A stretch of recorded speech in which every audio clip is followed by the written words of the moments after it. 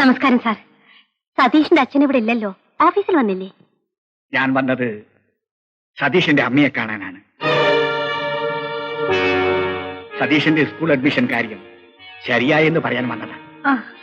അത് അദ്ദേഹത്തോട് പറഞ്ഞാൽ മതിയായിരുന്നല്ലോ. ഞാൻ ബാങ്കിൽ നിന്ന് വരുന്ന വഴിയാണ്. ഇവിടെ എത്തിയപ്പോ ഇങ്ങോട്ടൊന്ന് കയറണമെന്ന് തോന്നി. ഒരു മോഹം.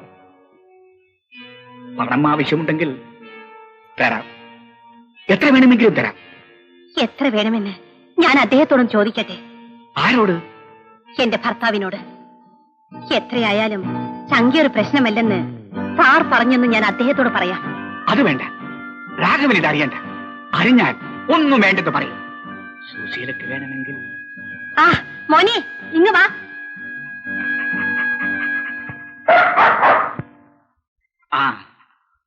ഞാൻ തന്നെ വരാം.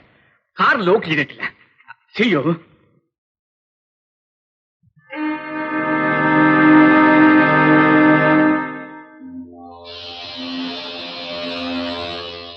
ഞാനിന്ന് ബാങ്കിൽ പോയി വരുന്ന വഴി മിസ്റ്റർ രാഘവന്റെ വീട്ടിലൊന്ന് കയറി. മകന്റെ സ്കൂൾ അഡ്മിഷൻ കാര്യം ശരിയായെന്ന് ആദ്യം തന്നെ മിസ്സസിനോട് പറഞ്ഞേക്കാമെന്ന് വെച്ചാണ് അങ്ങോട്ട് കയറിയത്. പക്ഷേ മിസ്സസ് രാഘവൻ എന്നെ ഒന്ന് അകത്ത് കിടന്നിരിക്കാൻ പോലും പറഞ്ഞില്ല. ഒരു അന്യനെ പോലെയാണ് എന്നോട് പെരുമാറിയത്. സാറേ, അവളൊരു നാട്ടും പുറത്തുകാരി പെണ്ണ. അവക്ക് ഈ ഫോർമാലിറ്റീസ് ഒന്നും അറിഞ്ഞൂടാ. അവക്ക് വേണ്ടി ഞാൻ സാറിനോട് മാപ്പ് ചോദിക്കുന്നു. രാഘവൻ വിഷമിക്കരുത്. ഞാൻ അതൊന്നും അത്ര സീരിയസ് ആയി എടുത്തിട്ടില്ല.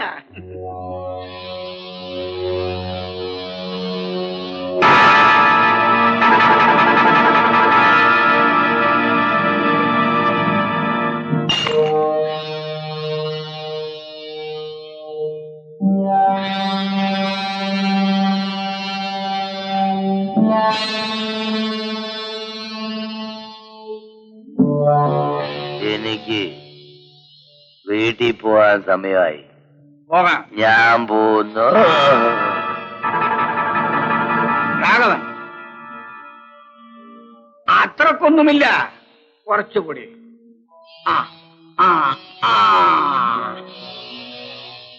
Come on come on. മെല്ലെ മെല്ലെ.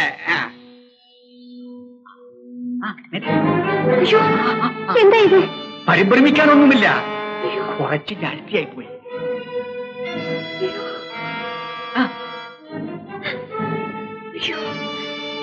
ഈ സാധു മനുഷ്യനെ എന്തിനെ നശിപ്പിക്കുന്നു സാർ? കുടിക്കാൻ തുടങ്ങിയപ്പോഴേ ഞാൻ പറഞ്ഞത്, രാഘവൻ ഇങ്ങനെ കുടിക്കരുത്. നിങ്ങളുടെ ഭാര്യയ്ക്ക് ഇത് സഹിക്കാനാവില്ല. ആര് കേൾക്കാൻ? അവളാരാ എന്നെ നിയന്ത്രിക്കാൻ എന്ന് പറഞ്ഞല്ലേ കുടിച്ചത്. കുറച്ച് വെള്ളം തലയിലൊഴിച്ചാൽ വേഗത്തിൽ സോബറാകും. ഒന്ന് കുളിപ്പിച്ചാൽ ഏറ്റവും നല്ലത്.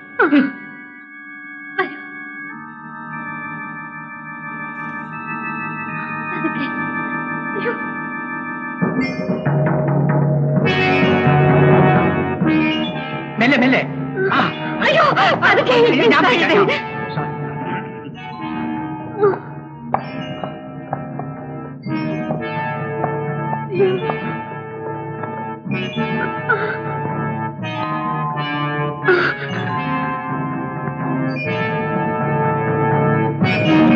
ഞാൻ കുളിപ്പിച്ചോളാം.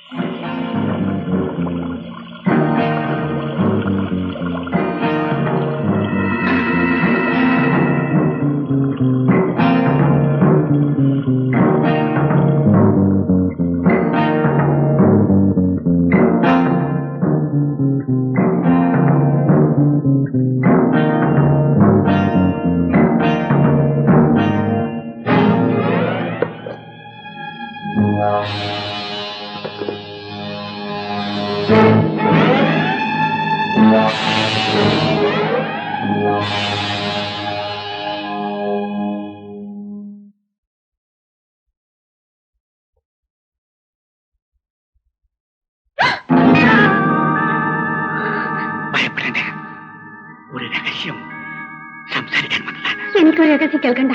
നിങ്ങൾ പുറത്തു പോണം, ഇവിടെ നിൽക്കണ്ട. സുശീലേ, ഇനി എന്നെ കൊണ്ട് സഹിക്കാനാവില്ല.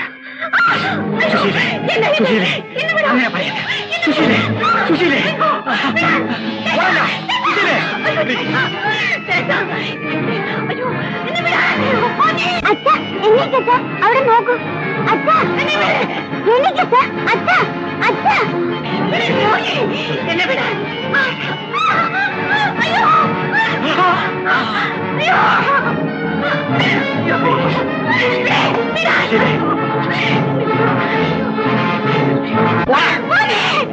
അയ്യോ, അയ്യോ, എന്നെ വിടാ. അയ്യോ.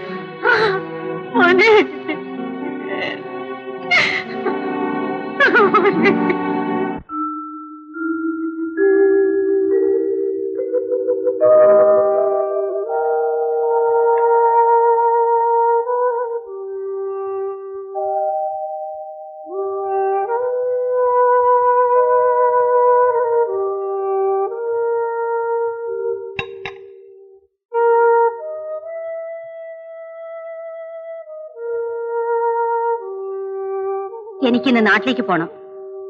നാട്ടിലേക്കോ? അതെ, എന്റെ വീട്ടിലേക്ക്. ഗോപിയെ വരാൻ പറഞ്ഞ് കമ്പി അടിച്ചിട്ടുണ്ട്. ഇത് തീരുമാനമാണോ? അതെ, നിങ്ങൾ ആദ്യം കുടിച്ചു വന്ന ദിവസം തന്നെ ഞാൻ തീരുമാനിച്ചതാണ്. ഇനിയും നിങ്ങൾ കുടിച്ചു വന്നാൽ നിങ്ങളെ ശല്യപ്പെടുത്താതെ ഒഴിഞ്ഞു മാറുന്നതാണ് നല്ലതെന്ന്. ഇന്നലെയും നിങ്ങൾ കുടിച്ചു ബോധം നശിച്ച് ഒരു അന്യ പുരുഷനെയും കൊണ്ടല്ലേ അർദ്ധരാത്രിക്ക് വീട്ടിൽ കയറി വന്നത്. ശേഖർ സാർ നമുക്ക് അന്യനാണോ? പിന്നെ അയാളും എന്റെ ഭർത്താവാണോ? ഞാൻ അയാളുടെ ഭാര്യയാണോ? സുശീലേ, ഇന്നലെ അയാൾ എന്നെ കയറി പിടിക്കാൻ വന്നു, എന്നെ ബലാത്കാരം ചെയ്യാൻ വന്നെന്ന്. നിങ്ങളെ വിളിച്ച് ഞാൻ കരഞ്ഞു. നിങ്ങൾ അറിഞ്ഞോ? അറിഞ്ഞില്ല. നമ്മുടെ പട്ടിയില്ലേ, അവനാണ് എന്നെ രക്ഷിച്ചത്. എന്റെ മനഃശുദ്ധി കൊണ്ടും ഭക്തി കൊണ്ടും മാത്രമാണ് ഞാൻ രക്ഷപ്പെട്ടത്. ഇന്ന് വീണ്ടും നിങ്ങൾ മദ്യവെച്ച് നിങ്ങളുടെ ശേഖർ സാറിനെ കൂട്ടിക്കൊണ്ടു വന്നാൽ ഒരു പക്ഷെ എനിക്ക് രക്ഷപ്പെടാൻ സാധിച്ചെന്ന് വരില്ല.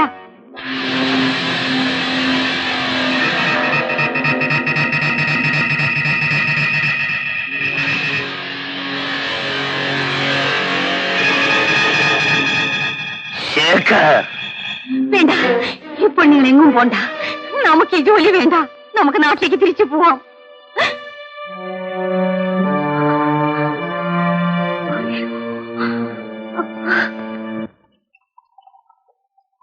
എങ്കിലും ഒരു പട്ടി സാറിനെ ഇങ്ങനെ തോൽപ്പിച്ചു കളഞ്ഞല്ലോ. കഷ്ടമായി പോയി. അങ്കപ്പ, ഞാൻ പരാജയപ്പെട്ടിരിക്കുന്നു. ജീവിതത്തിൽ ആദ്യമായി. ശേഖർ, രാഘവൻ എന്താ അവിടെ നിൽക്കുന്നത്? ഇവിടെ വന്നിരിക്കണം.